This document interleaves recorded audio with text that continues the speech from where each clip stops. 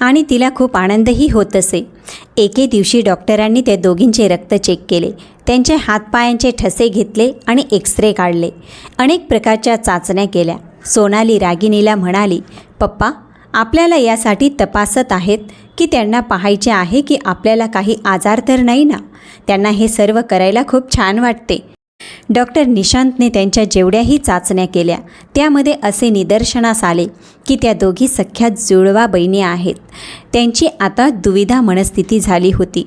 आता त्यांना हे कळाले होते की त्या दोघी बहिणी आहेत, पण त्यांच्यापुढे एक मोठा प्रश्न उभा होता की मग त्यांचा मुलगा कुठे आहे. ते विचार करू लागले की कोणीतरी मुलं बदललेले आहेत, पण असे का केले होते? मुलांना का बदलले होते? असा प्रश्न त्यांच्या डोक्यात फिरत होता. आणि सोनाली तर एक सुदृढ बाळ होती, मग तिला असे का बदलण्यात आले? त्या विचारात बसलेच होते. तेवढ्यात त्यांचा एक मित्र त्यांच्याजवळ आला आणि त्यांना विचारू लागला की तू काय विचार करत आहेस? ते म्हणाले, कोणतीही महिला आपल्या बाळाला कोणत्याही कारणास्तव दुसऱ्यासोबत बदलते. त्यांचा मित्र हसून त्यांना म्हणाला की आपल्या भारतीय संस्कृतीत सगळ्यात आधी तर मुलांसाठी असे केले जाते.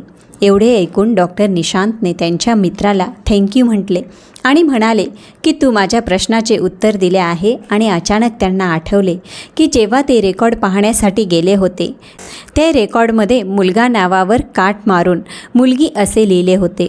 आता त्यांना पूर्णपणे विश्वास बसला होता की काहीतरी चुकीचे झाले आहे. मुलांमध्ये कोणीतरी फेरफार केला आहे. रागिनीचे वडील एक प्रतिष्ठित वकील होते. त्यांच्याकडे पैशांचीही काहीच कमी नव्हती. मग त्यांनी असे का केले? आता एके दिवशी डॉक्टर निशांत रागिनीच्या घरी न सांगताच गेले. त्यावेळी सर्वजण घरीच होते.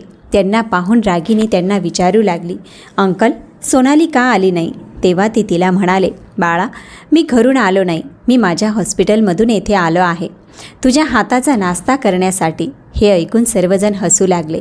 रागिनीचे वडील त्यांना म्हणाले की तुम्हाला जे हवं ते सर्व काही मिळेल. आता रागिनीची आई तेथे येऊन बसली. डॉक्टर साहेबांनी अचानक त्यांना विचारले, या दोघांमधून जुळवा कोण आहे? हा प्रश्न ऐकून रागिनीची आई चकित झाली आणि रागिनीलाही हे ऐकून आश्चर्य वाटले होते, कारण तिने सोनालीला कधीही आपल्या जुळवा भावाबद्दल काहीही सांगितले नव्हते. रागिनीचे वडील त्यांना म्हणाले की रागिनी आणि आरव दोघं माझी जुळवा मुले आहेत. डॉक्टर साहेब आरवकडे एकटक पाहत होते, कारण तो दिसण्यात डॉक्टर निशांत सारखाच होता.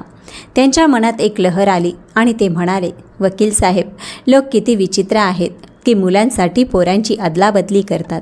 त्यांना पोरांची अदलाबदली करताना जराही लाज वाटत नाही.